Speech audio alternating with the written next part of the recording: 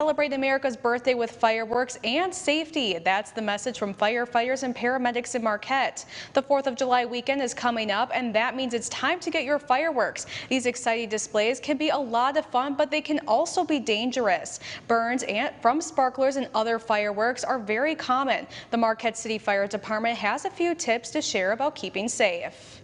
Be aware of your surroundings first and foremost. We don't want to light fireworks near something that's flammable, obviously, of course. 18 and older is probably going to be our best bet recommendation for somebody using fireworks, but if you're going to involve small children, you definitely want to be aware of where they're at and what they're doing, give them instructions. Also, another good safety feature would be to have a bucket of water nearby, a hose that if something were to catch fire, you could put that out pretty quickly with that. If you want to know more about fireworks safety and ordinances in Marquette, find this story on our website.